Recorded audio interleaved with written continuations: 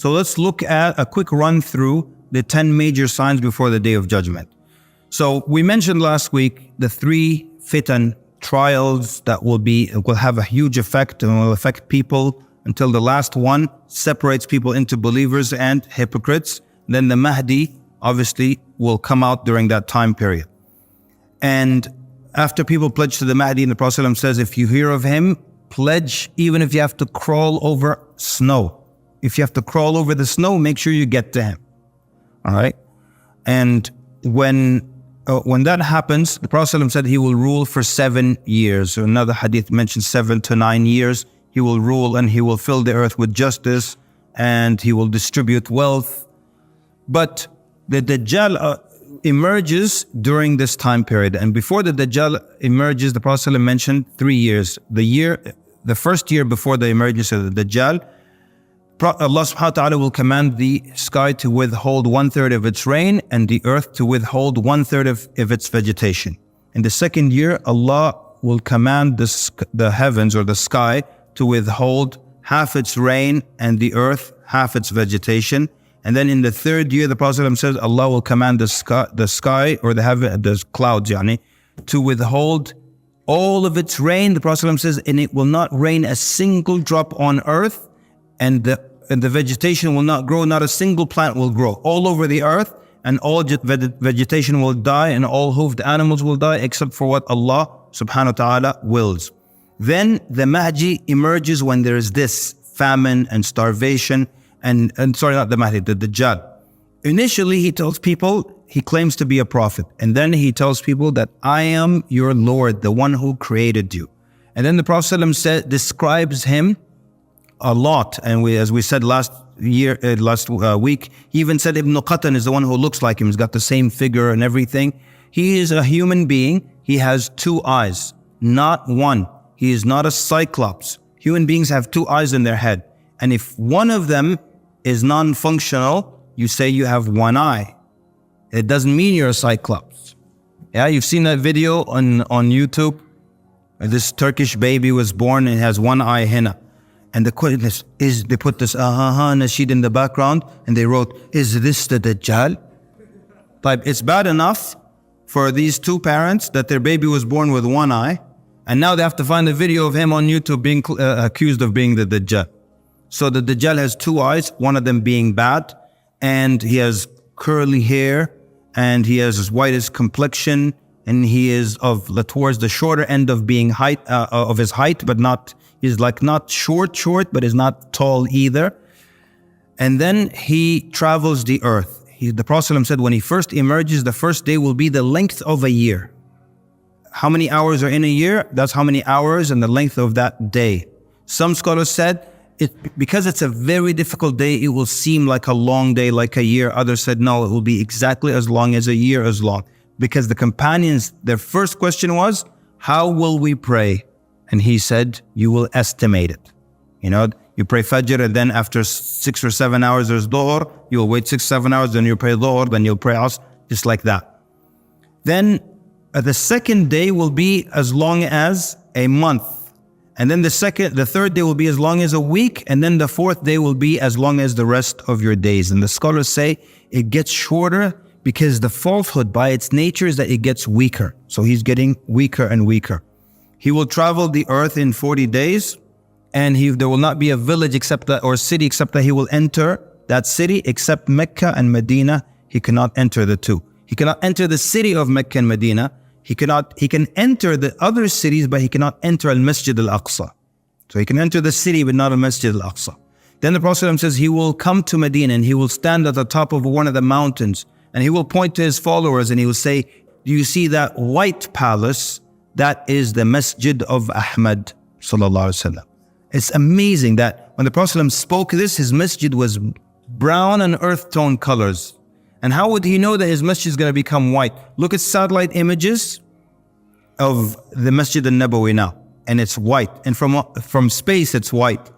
And the Prophet ﷺ said, he will say, do you see that white palace? That is the Masjid of Ahmad.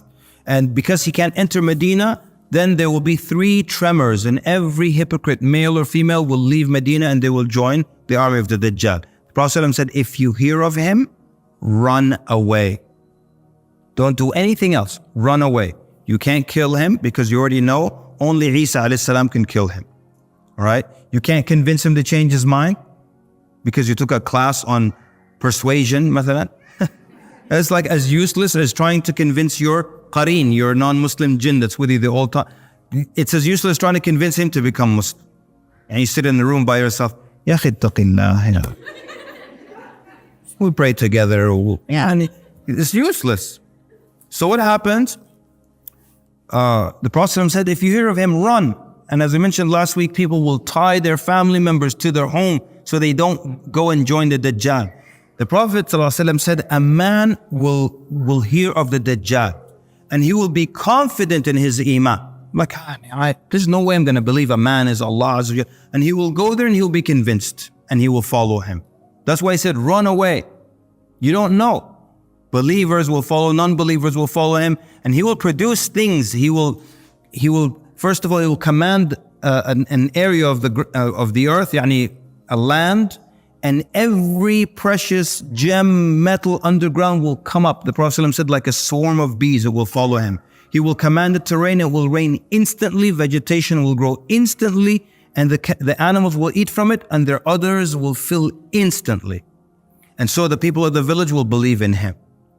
Then he'll go to another village, and he'll show them the rivers and the rain and all that, and they will refuse to believe in him. And he will leave them in a more difficult situation, more drought, more famine. Then the Prophet ﷺ said he will come with a river of fire and a river of water at a time when you need water. And he will say, if you believe in me, you can drink from this water. If you don't believe in me, this fire. And the Prophet ﷺ says, his advice to us, he said, close your eyes and drink from the fire. It will be water.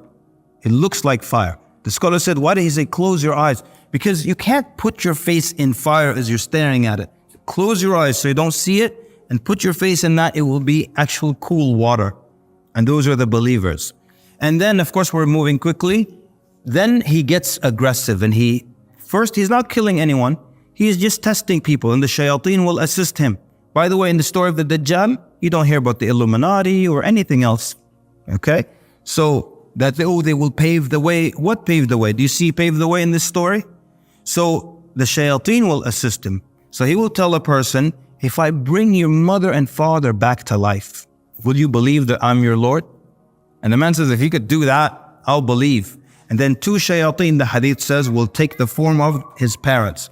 So you will see your mother who died 25 years ago, exactly her, in the flesh and same sound, and she'll say, my son, listen, I've died, I know where I'm from, I've been there. He is your Lord, believe in him, and the person will believe in him.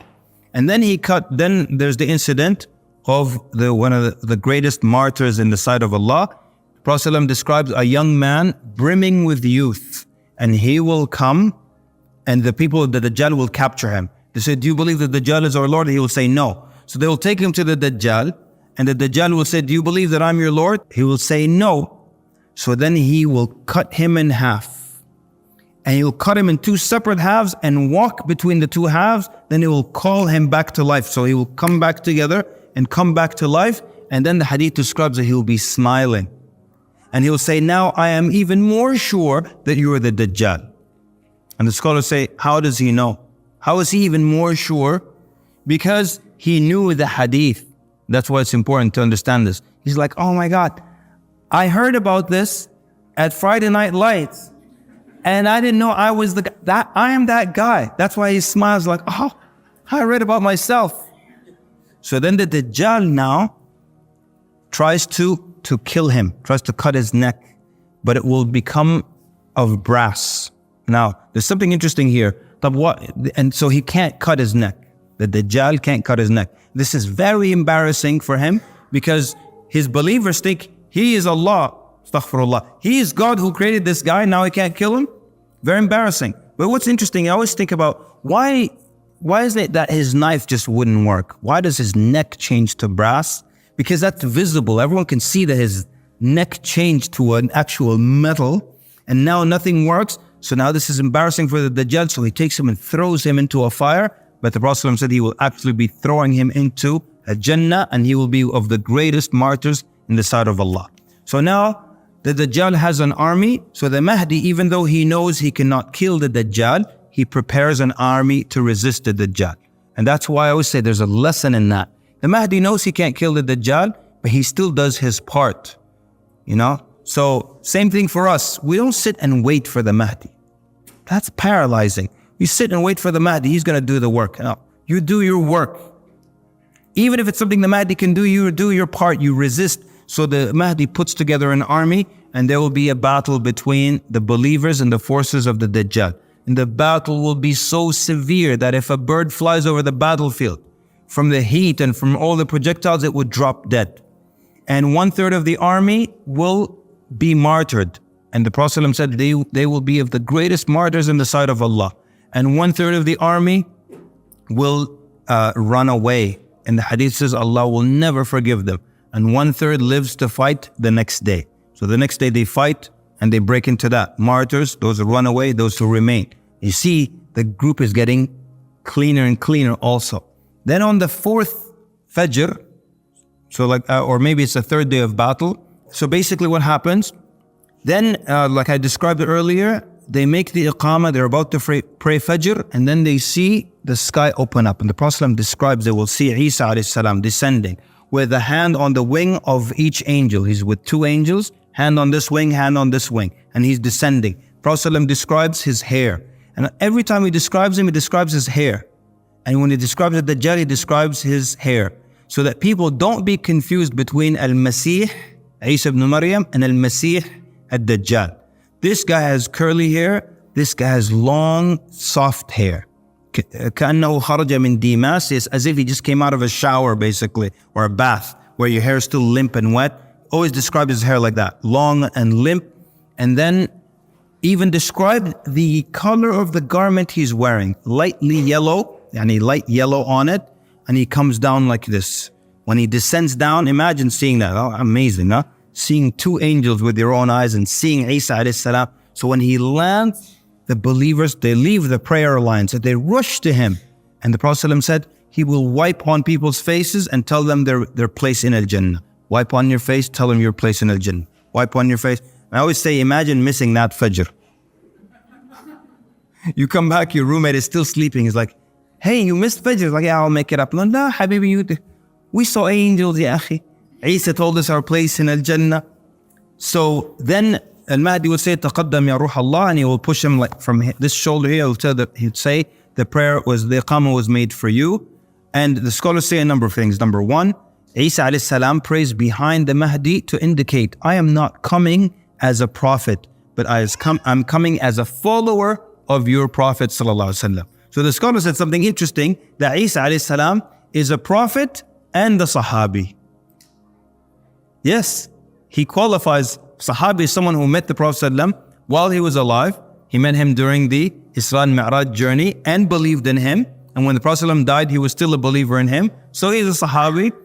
And someone asked me once, do the people who saw Isa become tabi'een? No, they don't become tabi'een.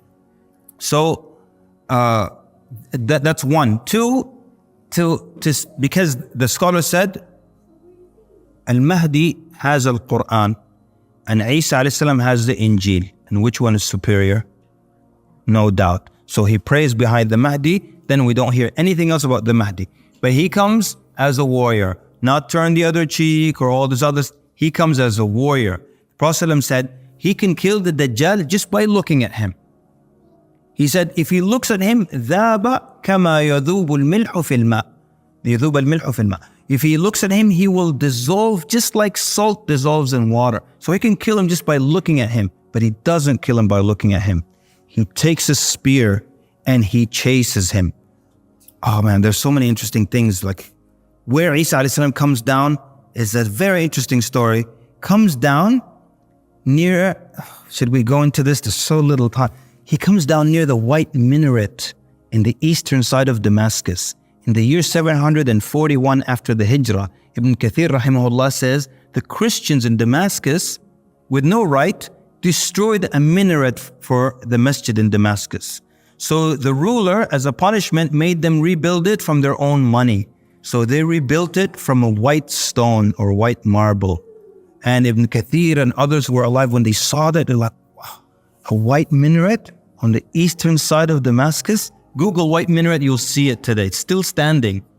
So the irony is beautiful. Like Isa alayhi salam, that the Christians claim to follow, will come down on the side of the Muslims at the site that you paid for from your own pocket. It's so in your face, I don't know. So basically, then, but let's go to where Isa alayhi salam takes a spear and he chases the Dajjal.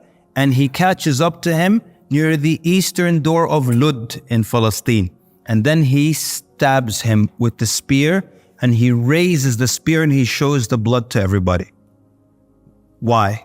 Because if he just looks at him until he dissolves, his followers are going to say, nonsense. Oh, our Lord left the worldly big body and he ascended and went back to the heaven, right? But if they see blood, they're going to say, oh, that wasn't God. God can't be killed by a spear. And they will realize that when he lifts that blood up in the spear, they will scatter everywhere. The army of the Dajjal scatters everywhere. And that's when the Muslims go after them and they finish them off. And then the hadith says, فَبَيْنَمَا هُمْ كَذَلِكَ. While they're in that situation, Allah announces to them that I have let loose servants of mine that nobody can withstand. Because Isa alayhi salam, he comes as a warrior. Before killing the Dajjal, he kills with his breath. He comes as a warrior, and it's the next day of battle, right? So when the battle starts, from his breath, everything until the horizon, every soldier until the horizon dies. You just imagine like dominoes. Like he looks this way, and just like dominoes, tick, tick, tick, tick, tick, tick, tick, until as far as his eye can see, people drop. Imagine a soldier like that in your army. You know, he's blowing this way. They're getting close from this side. You're like, Isa, Zakallah khair, just look this way. He looks this way, tick, tick, tick, tick, tick, tick, people drop. So look at the power that he has here. Then he kills the Dajjal. But even though he could kill people with his breath until the horizon, Allah tells him nobody can handle them. Which is beautiful because it's still saying he's not God, he's not divine. Because even though he can kill people in this magnificent way, a few moments later or a little while later, he's told nobody can handle them, which indicates he's not divine. Because now you have to hide. فَأَسْرِ بِعِبَادِي إِلَى الطُّورِ. So he takes the few believers who are with him and they go hide into the Mount of At-Tur. The scholar said, how will the Mount of At-Tur fit everybody? Two opinions. One says Allah will make it fit everyone. The second opinion says it might be another mountain at that time that is called At-Tur, and they will hide there. Yajuj and Majuj will come out. They will come out and they will break through the physical barrier, not a figurative barrier. You all read Surah Al-Kahf every Friday. Is that barrier actual or physical? Figurative. Is it physical or figurative? If you tell me it's figurative, but why is Allah describing the materials and the process of building something figurative? Ituni zubar al-hadid. Zubar yani clumps kida of iron. So we got iron. And then ufrig alayhi qitara, which is copper, which people used to mix the two because copper oxidizes, and it saves the iron from rusting. And like, what does copper mean figuratively? What is qalam fukhuf, blow? What is that? What is blowing figuratively? What is iron, chunks of iron figuratively? What is this said figuratively? It's an actual barrier. They break through and they come out angry because you're the ones who trapped us. So they begin to kill everybody on earth. I'm going to go super fast now. Isa alayhi salam and the believers, they wait until they're hungry and they're poor. The Prophet says, until the head of an ox to one of them is more beloved to them than 1,000 dinars for one of you. That's how poor they are. Then finally, and they're just making dua to Allah. That's all they can do. And even though Yajuj and Majuj scour the earth, they'll never find them. And the scholar said, just like you believed in Yajuj and Majuj without being able to see them, your reward is that they will not be able to see you. So then a young man volunteers to go see what's going on, if they're gone or not. And they all bid him farewell. They expect him to die. And he goes out, and Yajuj and Majuj are dead everywhere. Because when they were making dua, Allah sent a nadaf, these small worms that enter into their bodies and they go into their brain. فَيَمُوتُ the Prophet said, they die the death of one man. Yani when you have billions of people or millions of people, everyone has a different immune system. So today this guy, his throat itches and he coughs. Tomorrow he dies. Then tomorrow the next guy starts, I think I'm coming down with something, then he dies. But the Prophet said they all die the death of one man. So these millions, how does one man die? Like this? All these millions die the same instant. All of them just drop, shoot, like that. So he goes out and finds all the dead bodies. Then he lets Isa and the believers, alayhi salam, and the believers know that they're all dead. Then they come out and then, but there are dead bodies everywhere and the whole world reeks. So they make dua to Allah Azza wa Jal again. And the Prophet ﷺ says, Allah will send birds that have necks like camels, long necks. And they will carry the bodies of Yajuj and Majuj to wherever Allah decrees. Other scholars said, or narrations mentioned, they will throw them out in the ocean. And then Allah subhanahu wa ta'ala will send a thick, heavy rain that will cleanse the earth. فَتُصْبِحُ كَالزَّلَفَ. So it looks like a mirror, shining and bright. And it will be said to the earth, it will be said, return your ثَمَرَتَكِ وَرُدِّي بَرَكَتَكِ. Yani return your fruit and return your original blessings. And the Prophet ﷺ described that a group of men can eat one pomegranate and they can even get shelter under its skin. That one cow will produce enough milk for the entire village and one sheep for the whole family.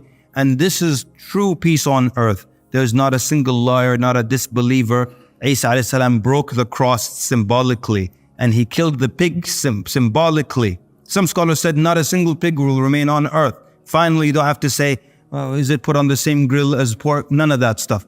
Okay? Others said symbolically he will kill the pig.